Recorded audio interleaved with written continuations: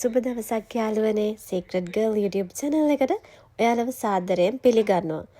මම අද මේ වීඩියෝ එක අරගෙන ආවේ පෙරේදා මම අප්ලෝඩ් කරපු වීඩියෝ එක නිසා මගෙන් ගොඩාක් ප්‍රශ්න අහලා තිබුණා. සමහර දේවල් මට හිතෙනවා සමහර කියන්නේ ගොඩක් අයට නෙමෙයි කීප දෙනෙක්ට මේ ගැන තේරෙන්නේ නැහැ කියලා.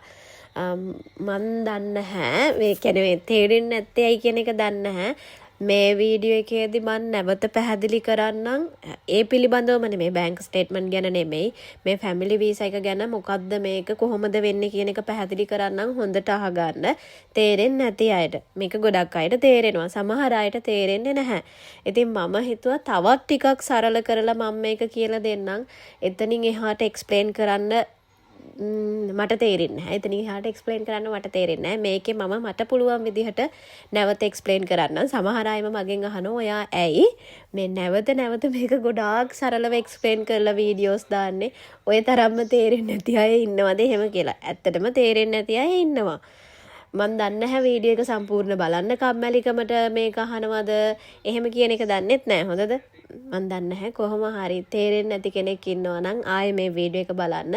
බැංක් ස්ටේට්මන්ට් එක ගැන නෙමෙයි මේ කියලා දෙන්නේ. ෆැමිලි වීසා ගැන ඔයාලා අහලා තිබුණ ප්‍රශ්න වලට මම සරලව පැහැදිලි කරගෙන උත්තර දීගෙන යන්නම්. හොඳද? ඉතින් ෆැමිලි වීසා එක කියන්නේ දීර්ඝ කාලීන වීසා එකක්. long stay වීසා එකක්. හොඳද? කෙටි කාලීන වීසා එකක් නෙමෙයි. ඇවිල්ලා දවස් 90න් ඔයා ආපහු යන්න ඕන නැහැ. නමුත් ඔයාගේ පොතේ අවුරුදු 2කට, අවුරුදු 5කට, අවුරුදු 10කට වීසා ගහලා එවන්නේ නැහැ. තේරුණාද? උපරිම මාස 5කට වගේ කාලයකට තමයි ඔයාට වීසා ගහලා මෙහෙට එවන්නේ. ඒ වගේම ඔයා ෆැමිලි වීසා වලින් මෙහෙට එන්න නම් ඔයාගේ පවුලේ කෙනෙක්, ඒ කියන්නේ ඔයාගේ හස්බන්ඩ්, දරුවෙක් නම් ඔයාගේ තාත්තා එහෙම රුමේනියාවේ ඉන්න ඕනේ. දරුවෝ නම් විශේෂයෙන් කියන්න ඕනේ අවුරුදු 18ට වඩා අඩු දරුවන් විතරයි තාත්තෙක්ට ගන්න පුළුවන්. නැත්නම් ඊට වඩා වැඩි අයත් කියයි මගේ තාත්තා රුමේනියාවේ වැඩ කරනවා මට එන්න පුළුවන්ද කියලා. එහෙම බෑ. හොඳද? ගොඩක් වෙලාවට හස්බන්ඩ් තමයි වයිෆ් දරුවෝ මෙහෙට ඇවිල්ලා ගන්නෙ. වයිෆ්ලා මෙහෙට ඇවිල්ලා හස්බන්ඩ්ස්ලා ගන්න අයත් ඉන්නවා. හොඳද? තේරුණාද? එතකොට ඔයාට දින 90කට හෝ මාස 5ක් උපරිම මාස 3කට හෝ මාස 5කට තමයි වීසා එක වදින්නේ ලංකාවේ තියෙන රුමේනියන් එම්බසි එකෙන්. පවුල පිටින් එකපාරේ එන්න බෑ වෙන රටවල් වලට යනවා වගේ. හිතන්නකෝ ඔයාගේ හස්බන්ඩ්ුත් ඉන්නේ ලංකාවේ, ඔයත් ඉන්නේ ලංකාවේ, ළමයිනුත් අරගෙන ඔයාට එකපාර ෆැමිලි එක පිටින් මෙහෙට එන්න ඕනිද එන්න පුළුවන්ද කියලා අහනවා. එහෙම එන්න බෑ. අනිවාර්යයෙන්ම එක්කෙනෙක් රුමේනියාවට මුලින්ම ඇවිල්ලා තමයි ඔයාට ඔයාගේ පවුලේ කට්ටියව රුමේනියාවට ගන්න පුළුවන් අවස්ථාව ලැබෙන්නේ. දැන් මං හිතනවා වීසා එක ගැන චුට්ටක් හරි වාට අවබෝධයක් ලැබෙන්න ඇති. එකපාර අවුරුදු ගණන් වලට අර මැද පෙර දිගට යනවා වගේ වීසා ගහලා එවන්නේ නැහැ. තේරුණානේ? මම දැන් TRC එකක් ගැන ඔය හැම වීඩියෝ එකකම වගේ කතා කරලා තියෙනවනේ. වර්ක් වීසා අයගෙත් එහෙම තමයි. එයාලත් මෙහෙට ඇවිල්ලා එයාලගේ වීසා එක දීර්ඝ කරගන්න ID එකක් හදනවා. ඒ කියන්නේ එයාලත් ටෙම්පරරි රෙසිඩන්ස් කාඩ් එකක් හදනවා එයාලගේ කම්පැනි එකට අදාළව. ඒ වගේම ෆැමිලි වීසා වලින් එන අයත් ටෙම්පරරි රෙසිඩන්ස් කාඩ් එකක් හදා ගන්න ඕනේ. මොකද ඉතින් ඒක තමයි වීසා එක.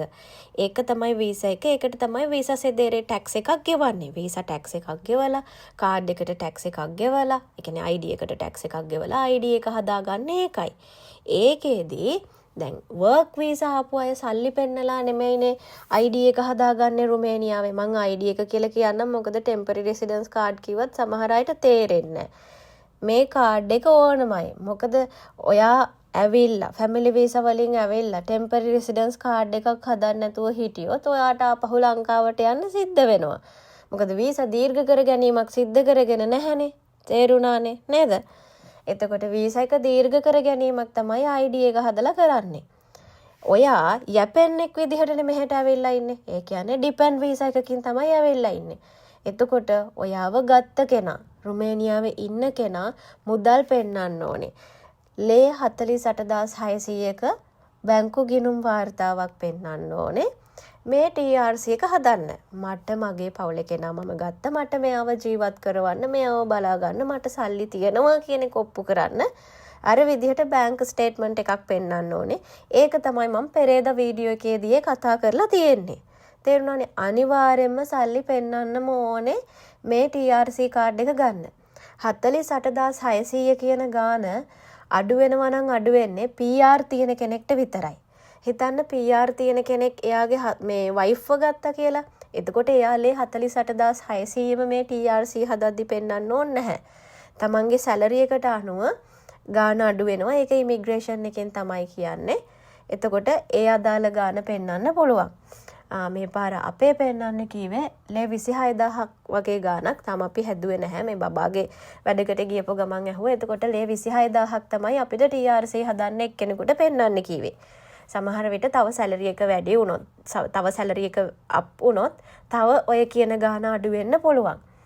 තේරුණානේ? එතකොට 48600 කියන ගාන ටෙම්පරරි රෙසිඩන්ස් තියෙන කෙනෙකුට වෙනස් වෙන්නේ නැහැ. මං කියප එක පැහැදිලි ඇති කියලා හිතනවා. ඔයාගේ හස්බන්ඩ්ට, කියන්නේ රුමේනියාවේ ඉන්න කෙනාට තියෙන්නේ පර්මනන්ට් රෙසිඩන්ස් කාඩ් එකක් නෙවෙයි නම්. පර්මනන්ට් රෙසිඩන්ස් හම්බෙන්නේ අවුරුදු 5ක් රුමේනියාවේ හිටපු කෙනෙක් PR එකට ඇප්ලයි කරාට පස්සේ තමයි ඔය කියන කාඩ් එක ලැබෙන්නේ. ඒ කාඩ් එක නැතුව තවමත් තියෙන්නේ ටෙම්පරරි රෙසිඩන්ස් කාඩ් එකක් නම් ඔයාගේ හස්බන්ඩ් ඔයාව ගත්තාම එක් පුද්ගලයෙක්ට වයිෆ් විතරක් නම් 48600ක් පෙන්වන්න ඕනේ. වයිෆුයි බබයි නම් 97200ක් පෙන්වන්න ඕනේ. ඔන්න ඔය විදිහට සල්ලි පෙන්නලා තමයි ID එක හදා ගන්න ඕනේ. ඒක හදුවට පස්සේ ඒකේ කාලය තීරණය වෙන්නේ. කියන්නේ ඔයාගේ ID එක කෙලින්ම අවුරුදු 2කට වදින්නේ නැහැ. ඔයාගේ හස්බන්ඩ්ගේ TRC එක තව මාස 5කින් එක්ස්පයර් වෙනවා නම් ඔයා අද TRC එක හැදුවත් ඔයාගේ TRC එකත් මාස 5කින් එක්ස්පයර් වෙනවා.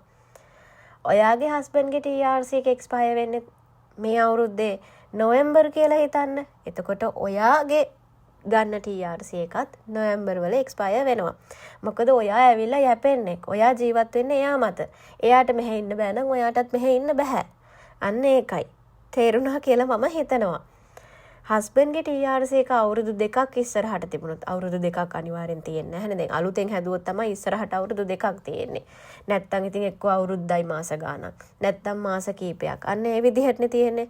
ඉතින් ඔයාගේ හස්බන්ඩ්ගේ TRC එක ඉස්සරහට තියෙන්නේ මාස 6-7ක් නම් එයාට පුළුවන් ටැක්ස් එක අතින් ගෙවා ගන්න වෙයි. සමහර විට කම්පැනි එකෙන් දෙන්න කැමති වෙන්නේ නැති වෙයි. ඉස්සරහට මාස 5-6ක් තියද්දී ආය අලුත් කරනවට ඉතින් අතින් ටැක්ස් එක ගෙවලා අදාළ ඩොකියුමන්ට්ස් ටිකත් එක්ක සබ්මිට් කරලා ඉස්සරහට අවුරුදු 2කට රිනිව් කරගෙන ඔයාගේ TRC එක හදන්න බාර දෙන්න පුළුවන්. මම මේ ඔයා කියලා කතා කරන්නේ ලංකාවෙන් එන්න ඉන්න කෙනාට හෝ ලංකාවෙන් මෙහෙට ඇවිල්ලා ඉන්න කෙනාට ඩිපෙන්ඩ් වීසා යටතේ. කියන්නේ ෆැමිලි රියුනිෆිකේෂන් වීසා යටතේ. මං හිතනවා මේ මුලින් කියපු ටික පැහැදිලි ඇති කියලා. වීසා එක වදින්නේ මාස 4කට හෝ 5කට. ඔයා TRC හැදුවේ නැත්නම් ඔයාට අපහු ලංකාවට යන්න වෙනවා. TRC එක හදන්න නම් ඔයා අනිවාර්යයෙන්ම බැංක් ස්ටේට්මන්ට් එකක් පෙන්වන්න ඕනේ. ඒ වගේම තමයි එකපාර අවුරුදු 2කට 3කට වීසා ගහලා ඔයාට එවන්නේ නැහැ. ඊට පස්සේ තමයි පවුල පිටින් එකපාර රුමේනියාවට එන්න බෑ. මුලින් රුමේනියාවට එක්කෙනෙක් ඇවිල්ලා ඉන්න ඕනේ. ඊට පස්සේ තමයි ඊතුරු ෆැමිලි මෙම්බර්ස්ලව ගන්න පුළුවන්. දරුවෝ ගන්නව නම් දරුවන්ට අවුරුදු 18ට වඩා අඩු වෙන්න ඕනේ. වයිෆ් නම් කොච්චර වයස වුණත් තමන්ගේ වයිෆ්නේ එයාව ගන්න පුළුවන්. හොඳද? මං හිතනවා මං මේ කියපු ටික ඔයාට පැහැදිලි ඇති කියලා. මම බලන්නම් ඊළඟට තව මොනවද මේ වීඩියෝ එකෙන් පස්සේ මේ වීඩියෝ එක සම්බන්ධව අහලා තිබුණ ප්‍රශ්න කියලා. ෆැමිලි වීසා ආපු කෙනෙක්ට ආපු ගමන් ජොබ් එකකට යන්න පුළුවන්ද? ෆැමිලි වීසා ආපු කෙනෙක්ට මුලින්ම කරන්න ඕනේ ජොබ් වේකන්සි එකක් තිබුණත් ඔයා අනිවාර්යෙන් ෆැමිලි TRC එක හදාගෙන එතනින් පස්සේ යන්න වර්ක් පර්මිට් හදාගෙන ඒ ජොබ් එකට ගිහින් TRC හදාගන්න වැඩේට ෆුල් ටයිම් ජොබ් එකක් කරන්න හිතාගෙන ඉන්නවනම් නැතුව ෆැමිලි TRC එකෙන් ඔයාට ෆුල් ටයිම් ජොබ් එකක් කරන්න බෑ. හොඳම දේ ෆැමිලි TRC එක මුලින්ම හදාගෙන ඉන්න. සමහර ඔහොම කට්ටියට ඒ කියන්නේ මෙහෙමයි. මොහොම කට්ටියට උනා කියන්නේ දැන් ඔයා ෆැමිලි වීසා වලින් ආපු ගමම ජොබ් එකක් හම්බ වෙනවා. මං වර්ක් පර්මිට් හදනකන් ඉන්නවා කියලා හිතාගෙන ඉඳලා ඔයාගේ වීසා එක්ස්පයර් වෙන්න ඕන වෙන්න තියලා කියනවා වර්ක් පර්මිට් එක හදන්න විදිහක් නැහැ. අපිට ඔයාව ගන්න විදිහක් නැහැ. ඔයාව නතර වෙන්න කියලා. එතකොට ඔයා මොකද කරන්නේ? ඔයාට ෆැමිලි වීසා එකක් නැහැ, වර්ක් වීසා එකක් නැහැ. අර ෆැමිලි TRC එක හදාගෙන හිටියා නම් හස්බන්ඩ් ඉන්න තාක් කාලවත් මෙහෙ ඉන්න පුළුවන්. පස්සේ ජොබ් එකක් හොයාගෙන මාරු වෙන්න හරි පුළුවන්. ඒ නිසා ආපු ගමන් කරන්න ඕනේ. ආපු ගමන්ම හදන්න කියන එක නෙමෙයි මම මේ කියන්නේ. ආපු ගමන්ම ජොබ් ඔෆර් එකක් ඔයාට තියෙනවා නම් ඉතින් ඔයා මුලින්ම TRC එක හදාගෙන ඔය වැඩේට බහින්න. ඒක හොඳයි. හදිසියේ හරි අර ජොබ් එක ඔයාට දෙන තැනින් කිව්වොත් එහෙම කම්පැනි එකෙන් කිව්වොත් ඔයාගේ මාස කීපයක් වැඩත් අරගෙන අපිට ඩොකියුමන්ට්ස් ටික හදාගන්න විදිහක් උනේ නැහැ. ඔයා ෆැමිලි වීසා ඇවිල්ලා ඉන්න හින්දා කියලා හරි.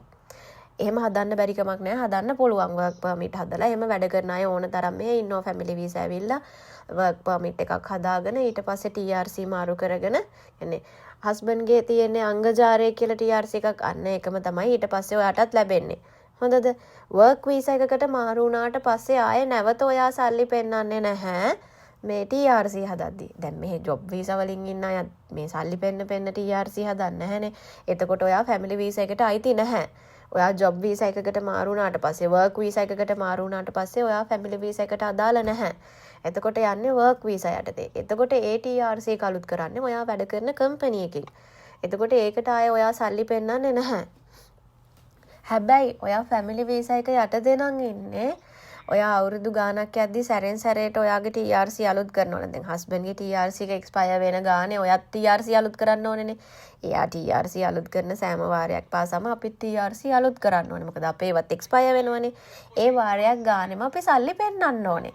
මම නිතරම කියනවා දැන් මුලින් අපි ID එක හදද්දිත් පෙන්නන්න ඕනේ. ඒ කරලා ඊට පස්සේ ID එක දැන් ආය අවුරුද්දකින් ID එක රිනිව් කරන්න උනා කියන්නකෝ. එතකොටත් අපි සල්ලි වෙන්නන්න ඕනේ. අපි සදාකාලික ෆැමිලි වීසා නම් මෙහෙ ඉන්නේ. සදාකාලික කියන්නේ මේ අවුරුදු 10ක් මම ෆැමිලි වීසා වලින් ඉන්නවා කියන්නකෝ.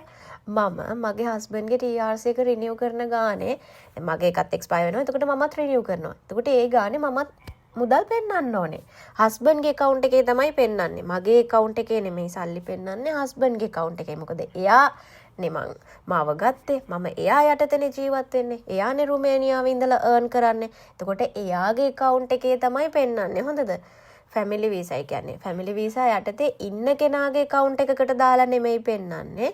ස්පොන්සර් කරපු කෙනාගේ account එකට දාලා තමයි මේ සල්ලි පෙන්නන්නේ. මොකද ඉන්විටේෂන් එකේදී පෙන්නන්නේ එයාගේ account එකට දාලානේ. ඉතින් මම විශ්වාස කරනවා මේ වීඩියෝ එකේ කතා කරපු ටික ඔයාලට පැහැදිලි වෙන්නේ නැති කියලා. ඊට වඩා ගොඩාක් දීර්ඝව මට කතා කරන්න බෑ මේකේ.